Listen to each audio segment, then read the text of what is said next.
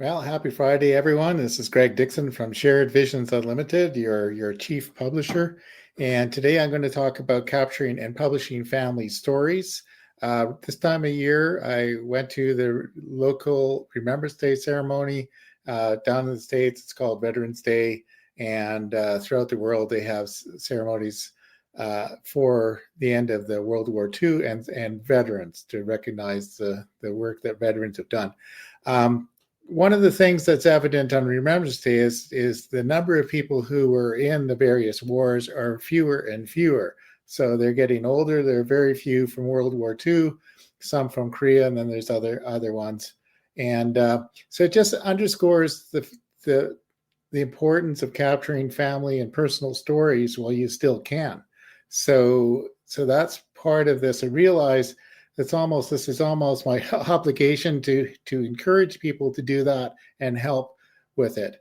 So essentially, what I'm going to encourage you to do is this holiday season. We're coming up to Thanksgiving, American Thanksgiving, and also the Christmas, Xmas, whatever, Hanukkah, whatever the season is. And you'll have people together, families gatherings, people coming for visiting for the holidays. It's a great opportunity to start capturing your family stories. And I've got a book that I'm going to give out here that's available at sharedvisions.com/family stories. It gives you some ideas about how to do that. And then I'll show you the image in a few bit here, and those gives you the basics. So it doesn't take too much. There are a number of ways of doing it. If you have just simply a smartphone, you've got a phone here, you have pretty much everything. Well, it disappears. Anyway, you have everything you need, really. You can video, you can type text, you can take photos of things, you can take photos of people, you can shoot video, and you can record audio. So how you capture the stories is not as important. We can figure out what to do with it later, but you can. Other ways of doing it, and I can facilitate this, is to have Zoom sessions or StreamYard sessions where you get family members on and telling their own stories. I don't know if you have an experience with your family when you get together and the weird uncles or whatever, your parents start telling stories that you never heard, and maybe you're a little bit shocked about them. And it's really valuable to collect those. If you just have an audio or a video recording of that, we can transcribe it, we can create things out of it. And the important thing is to capture them. So my methodology, if you're going to work with me and you can do it on your own, is I use Google Drive. I create folders and I upload assets, which could be photos that you have, other recordings, audio, things that you create, interview stuff, put it into, just collect it and organize it in a way that makes sense to you, maybe by year, an event or something like that. And then after that, they can be put together into a number of publications. So one of the things I offer is a website. In some ways, the simplest thing is a family website or a personal website where you post in articles, put in video, audio, all that kind of thing. And you can share it publicly. There's some ways of restricting it, but mostly you just share things. I have a thing called Life Vault, which is a multimedia portal, basically a membership site, and that you can really differentiate. You can have things that you share with everybody. You can have things that you share with only specific people, and you can also put some life information in there that maybe only you and your family attorney have access to. So all these things are possible. I've done a lot with video. I can do video interviews with this is StreamYard or Zoom, any of those kinds of things. Again, you can use your phone. You can use your Zoom. If you have a Zoom account, you can capture stories.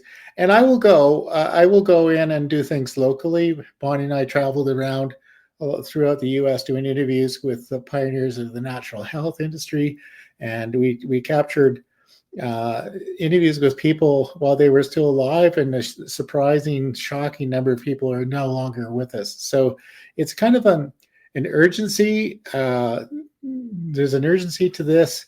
Your family members you don't know. One of my stories is I wanted to work with my Uncle Joe to capture his World War II stories. I got a couple of minutes of video, but really I wanted to help him organize his notes and maybe create a book. But I procrastinated driving out to visit him. He's in Alberta and I live in British Columbia. And the moment passed. He became incapable of sharing his story, and then he passed away at nearly 100 years old. So if you have stories like that with your parents or uncles, aunts, even yourself, if you want to capture it, if you want to control the narrative, if you want to control the story that your loved ones tell about you when you're gone, then maybe this is for you. And create the stories, create the narrative for yourself. My mother wrote a book about her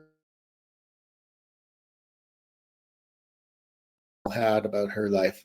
So this doesn't have to be onerous. Like there's a lot of moving parts, but you can make it fun. You can make it fun storytelling events. Get around the table, get people telling stories, record it with your phone, record it with the audio or video. Audio is less intrusive. You can put your phone on a pillow or something in the middle of the table and capture it. And again, the YouTube or Zoom and StreamYard can also be used, and I can help you with all this stuff. These things I'm going to encourage you just to go and do it. And I'm also offering that I can help you with it. I've offered a special discount on my story production services. That you can get the link to that at sharedvisions.com/familyfunstories. And I'm also offering a book here. I'm going to take off this. Let's see. I'm going to take off the banner. This banner is kind of in the way, and I'm going to put on a overlay. This one here. This is if you go to that sharedvisions.com/family-stories. There's a link here, and it's in flipbook format. You can link to that and read it, and it's fairly short, but it gives you a little blueprint about what you can do to get started capturing your family stories. I'm working on a longer book and a longer program for this, but this will get you started. And also reach out to me if you want to discuss your family. You can make a calendar on that page there. There's a place to make an appointment with me on my calendar, but you can send a note, text message, wherever you're watching this. This is going out to YouTube and LinkedIn and Facebook, and send a note and say you're interested in discussing your family stories. So this is could be a really good gift for Christmas coming up that you want to give one of your family members, maybe your parents, a little story about them, and it's something they can take with them, keep them, and it can be in all sorts of formats. Everyone I've created has been a different format. One of the most fun ones is I helped create a story production for Ruth Townsend, who wanted to tell her music story, and we did about some video and photos and collected her first story from from age 5 to 80, I think it was. And we put all of that onto a USB thumb drive. Is all the video assets in the shape of a piano. I got some pianos shaped thumb drives from Amazon, and she put it in a really nice gift box and gave it to her grandchildren. And so now the grandchildren have moved away, they've gone to college, but they have a little memory of their grandmother in this thing. So, let's have a conversation. What do you want to do? It could be a full book, and one of the fun projects could be a family anthology, where you have each individual family member could have a chapter about them. I lean towards the fun stories, the incriminating stories, but maybe you want to do more biography or memoir, all those kinds of things. So let's talk. So. Anyway, that's all I have to say for now. And just consider capturing these stories while you still can. So happy Friday.